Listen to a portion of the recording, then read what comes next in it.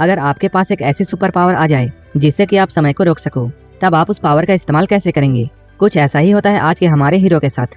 Movie की शुरुआत में हम लोग एक कपल को देखते हैं जिनका नाम बेन और सूजी था। किसी बात को लेकर इन दोनों में लड़ाई हो जाती है। इन दोनों के बीच में झगड़ा इतना बढ़ जाता है कि सूजी बेन से ब्रेकअप करके यहाँ से चली जाती है। अगले दिन बेन अपने कॉलेज में जाता है। वहाँ वो सूजी को किसी और लड़के के साथ देखता है। बेन अपने मन में ये सोचता है, कल तक सूजी मेरे साथ थी और वो मेरे साथ प्यार भरी बातें किया करती थी और मुझे किस करती थी, लेकिन वो आज किसी और को किस कर रही है। उसी वक्त बेन का दोस्त शॉन यहाँ आता है और वो उससे बोलता है, तुम्हें किसी सुंदर लड़की को अपनी गर्लफ्रेंड बनाना चाहिए ताकि सूजी जब भी तुम लोगों को देखे उसे जलस फील हो। लेकिन बेन शॉन से ये कहता है वो अब किसी भी रिलेशनशिप में पढ़ना नहीं चाहता है। इसके बाद बेन अपने आर्ट क्लास में जाता है और वो वहाँ पर भी सिर्फ सूजी की पेंटिंग ही बनाता है। अब बेन को सूजी की बहुत याद आ रही थी, इसलिए वो उसे एक रात कॉल करता है और वो उससे पूछता है क्या हम दोनों फिर से साथ में रह सकते हैं।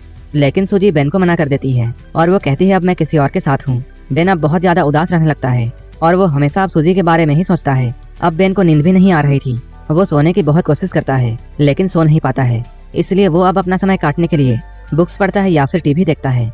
एक दिन बेन सामान लेने के लिए एक ग्रोसरी स्टोर में जाता है। वहाँ पर वो एक नोटिस देखता है, कंपनी वालों को नाइट शिफ्ट में काम करने के लिए एक वर्कर की जरूरत है। क्योंकि बेन को रात में नींद नहीं आती थी, इसलिए वो सोचता है बेड में लेटने से अच्छा वो रात में नौकरी करेगा जिससे उसका टाइम पास हो जाएगा। अब वो नौकरी के लिए मैनेजर के पास जाता है। मैनेजर उसे यहाँ पर काम करने के लिए सिलेक्ट कर लेता है। इसके बाद से बेन इस स्टोर में काम करने लगता है। इस स्टोर में बेन के साथ एक लड़की भी काम करती थी जिसका नाम सैरन था। बेन ये देखता है सैरन जब भी लेट से आती थी मैनेजर उसे अपने ऑफिस में बुलाकर उसके साथ कुछ किया करता था। यहीं पर बेन हमें ये बताता है यहाँ सुपरमार्केट में टाइम बहुत धीरे धीरे कटता है, इसलिए यहाँ पर काम करने वाले वर्कर अपने समय को काटने के लिए तरह तरह के तरीके अपनाते हैं। जैसे सैरन अपने घड़ी में टेप लगा देती है ताकि वो बार बार समय को ना देखते रहे और समय जल्दी बीत जाए। सैरन के अलावा यहाँ 2 एम्प्लॉय और थे जो कि इसी स्टोर में काम किया करते थे, जिनका नाम मैट और बेरी था। ये लोग स्टोर में काफी अजीब हरकतें करते रहते थे और ये सब करके वो लोग अपने समय को पास करते थे। बेन के लिए भी समय को पार करना बहुत मुश्किल होता जा रहा था, लेकिन तभी उसके पास एक सुपर पावर आ जाती है। बेन टाइम को फ्रीज कर देता है। इसके बाद वो सुपरमार्केट में मौजूद सारी लड़कियों के कपड़े उतारता है और वो उनकी ड्राइंग बनाता है। बेन बताता है उसे दुनिया में सबसे ज्यादा सुंदर क्रिएशन लड़कियां ही लगती हैं, इसलिए वो सिर्फ लड़कियों की ड्राइंग बनाता है। अब बेन लड़कियों की ड्राइंग बनाकर अपना टाइम पास करता था। बेन जब टाइम को नॉर्मल करता था तब तक काफी टाइम बीत जाता था और इसलिए बेन को स्टोर में ज्यादा काम नहीं करना पड़ता था। बेन को ऐसा करते हुए काफी दिन बीत जाता है। एक दिन काम करते हुए सैरन उसके पास आती है। उसी वक्त बेन अपने लॉकर में से एक सैंडविच निकालता है। तभी सैरन उससे कहती है उसे बहुत भूख लग रही है। वो पूछती है क्या वो इस सैंडविच को खा सकती है। बेन हाँ बोलकर उसे वो सैंडविच खिला देता है। सैरन जब उस सैंडविच को खा रही होती है तभी बेन उसे प्यार से देखता है और उसके मन में सैरन के लिए फीलिंग्स आने लगती हैं। इसके बाद बेन जब स्टोर में आता है तब यहाँ पर उसे बेरी और मैट मिलते हैं। यहाँ पर मैट बेन से ये कहता है आज रात में वह सैरन के साथ मूवी देखने के लिए जा रहा है और मूवी देखने के बाद वो लोग घपाघप करेंगे। ये सुनकर बेन को बहुत बुरा लगता है और वो सोचता है वो जब भी किसी लड़की को पसंद करता है तब वो लड़की उसे छोड़कर चली जाती है। बेन बताता है जब वो छोटा था तब वो एक लड़की को बहुत पसंद करता था, लेकिन वो कभी भी अपने दिल की बात उसे नहीं बताता है। एक दिन उस लड़की का हाथ टूट गया। इसके बाद उसके हाथ पर प्लास्टर किया गया। इसके बाद जब उस प्लास्टर को उतारा गया तब उस लड़की के हाथ में बहुत सारे बाल आ गए थे। ये देखकर स्कूल के सारे लड़के उसे चिढ़ाने लगते हैं। इसके बाद एक दिन बेन उसके पास जाता है और वो उसे कहता है तुम जैसे भी हो मुझे बहुत अच्छी लगती हो, क्या तुम मेरी गर्लफ्रेंड बनोगी? ये सुनकर वो लड़की बहुत खुश होती है और उसे हाँ कहती है। इसके बाद वो लड़की बेन को स्कूल के पीछे ले जाती है और वो उसे किस करने की कोशिश करती है, लेकिन बेन उस लड़की को किस नहीं करता है और उठकर यहाँ से चला जाता है। बेन उससे कहता है कल तुम इसी टाइम पर इसी जगह पर आना, हम लोग किस करेंगे। अगले दिन बेन उसी टाइम में उसी जगह पर पहुंच जाता है, लेकिन वो देखता है वो लड़की यहाँ नहीं आती है। इसके बाद अगले दिन उसे ये पता चलता है उस लड़की ने स्कूल छोड़ दिया है। वहीं इधर हम लोग बेन के मैनेजर को देखते हैं जो कि सारे एम्प्लॉयज को अपने पास बुलाता है और वो कहता है कल हमारा एक फुटबॉल मैच है, शाम में ये लोग मैच खेलने के लिए जाते हैं। लेकिन यहाँ पर बेन की टीम अच्छे से फुटबॉल नहीं खेल पा रही थी क्योंकि इनमें से किसी को भी फुटबॉल खेलना नहीं आता था। बेन गेम खेलते हुए बहुत बोर हो चुका था, इसलिए वो टाइम को स्टॉप कर देता है। इसके बाद बेन अंदर जाता है और वो देखता है यहाँ सब लोग फ्रीज हो चुके हैं, लेकिन एक आदमी उसे यहाँ हिलता हुआ दिखता है।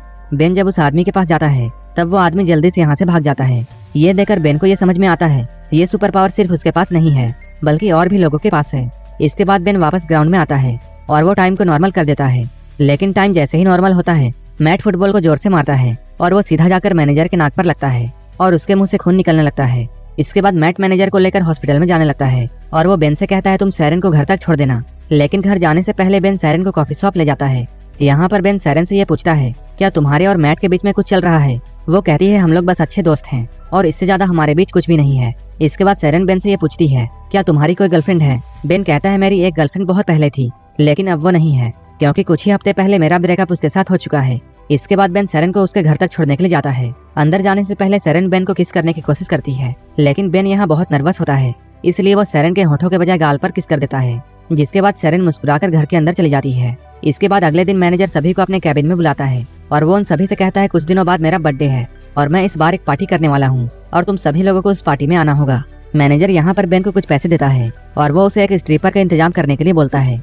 इसके बाद बेन अपने दोस्त सॉन के पास आता है और वो उसे बताता है कुछ दिनों बाद उसके बॉस का बर्थडे है और उसे अपने बर्थडे वाले दिन एक स्ट्रिपर चाहिए। इसके बाद सॉन बेन को एक बार में ले जाता है और उसे वहाँ पर एक स्ट्रिपर से मिलाता है, लेकिन वो इन दोनों से कहती है उसके पास टाइम नहीं है, लेकिन उसकी एक दोस्त है जो कि अभी फ्री है, इसलिए वो बर्थडे पार्टी वाले दिन उसे भेज देगी।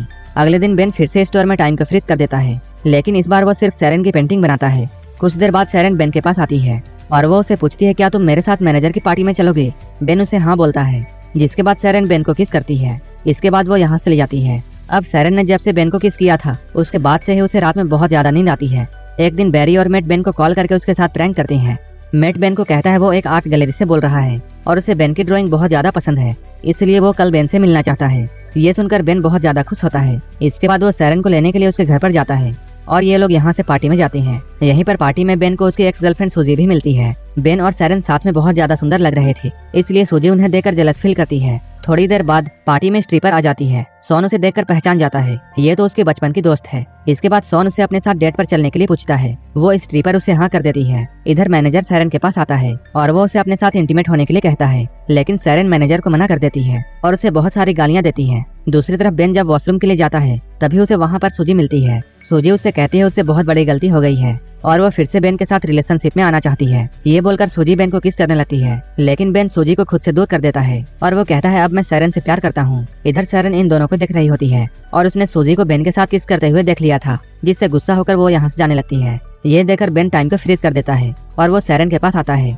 बेन को यहाँ समझ में नहीं आ रहा था कि वो सेरेन से क्या बोले, इसलिए बेन चुपचाप वहीं पर खड़ा रहता है और अब 2 दिन बीत चुके हैं। बेन फिर से टाइम को नॉर्मल कर देता है और सेरेन यहाँ से चली जाती है। इसके बाद बेन सेरेन को मनाने के लिए उसके घर पर जाता है, लेकिन सेरेन बेन पर बहुत चिल्लाती है और उसे अपने घर से बाहर निकाल देती है और इसके बाद से बेन फिर से उदास रहने लगता है और उसे फिर से रात में नींद आना बंद हो जाती है। कुछ दिनों बाद बेन उसी आर्ट गैलरी में जाता है जहाँ से उसे मैट का फेक कॉल आया था, जिसे वो रियल समझ रहा था। यहाँ आकर वो मैनेजर से ये बोलता है आपने मुझे यहाँ मेरी पेंटिंग देखने के लिए बुलाया है। ये सुनकर मैनेजर उससे बोलता है मैंने तो तुमको कोई भी कॉल नहीं किया है। इसके बाद बेन को समझ में आता है उस दिन कॉल में मैट था और उसने उसके साथ प्रैंक किया है। इसके बाद बेन मैनेजर को सॉरी बोलकर यहाँ से जाने लगता है, लेकिन मैनेजर उससे बोलता है जाने से पहले मुझे तुम्हारी पेंटिंग्स देखनी है। मैनेजर जब उन पेंटिंग्स को देखता है तब वो उसे बहुत पसंद आती है। मैनेजर बेन से ये कहता है कल तुम मुझसे अपॉइंटमेंट लेकर मिलना, हम तुम्हारी पेंटिंग्स का एग्जीबिशन लगाना चाहते हैं। अब ऐसे ही काफी दिन बीत जाते हैं। एक दिन सेरेन के पास एक इनविटेशन कार्ड आता है जिसे बेन ने भेजा था। इसके बाद हम लोग बेन को देखते हैं जो कि अपनी पेंटिंग्स के एग्जीबिशन में होता है।